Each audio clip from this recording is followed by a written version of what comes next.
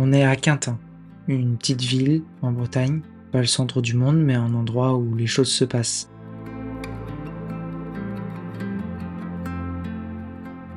Juste au-dessus du marque-page, il y a le 43, un espace de coworking, un endroit pour bosser, penser, créer, respirer aussi parfois.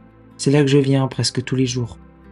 Je monte, je dis bonjour, je me sers un café, rien d'extraordinaire, mais c'est devenu mon point d'ancrage.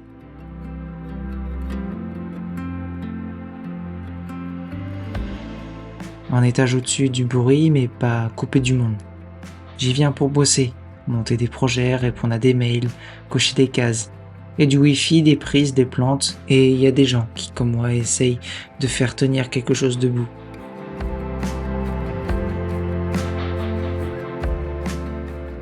Un corps assis, mais un esprit en course permanente.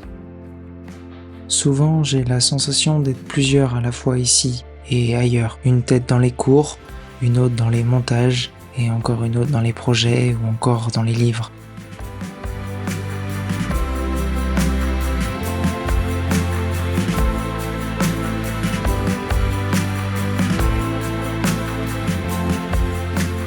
On nous a dit que c'était ça, être actif, être responsable, être quelqu'un.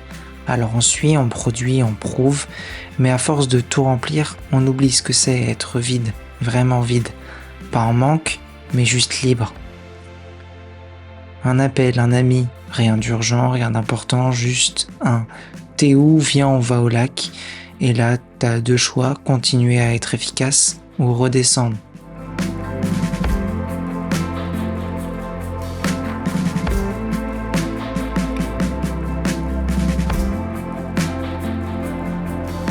J'ai fermé l'ordi, on a pris la route, pas loin, pas longtemps, mais juste assez pour que tout change.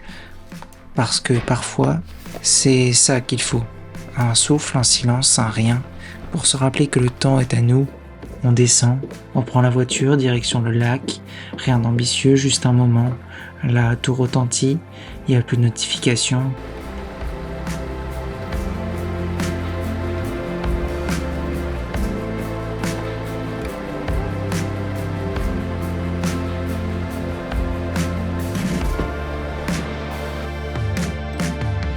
Juste l'eau, le vent et le silence entre deux potes.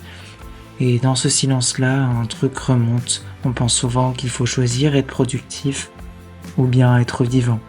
Mais peut-être qu'il faut juste apprendre à jongler, à respirer entre deux sprints, à s'autoriser des sorties de route, parce que parfois c'est là, dans ces vides, que les vraies questions apparaissent. Pas celles qu'on garde pour soi et qui grattent doucement.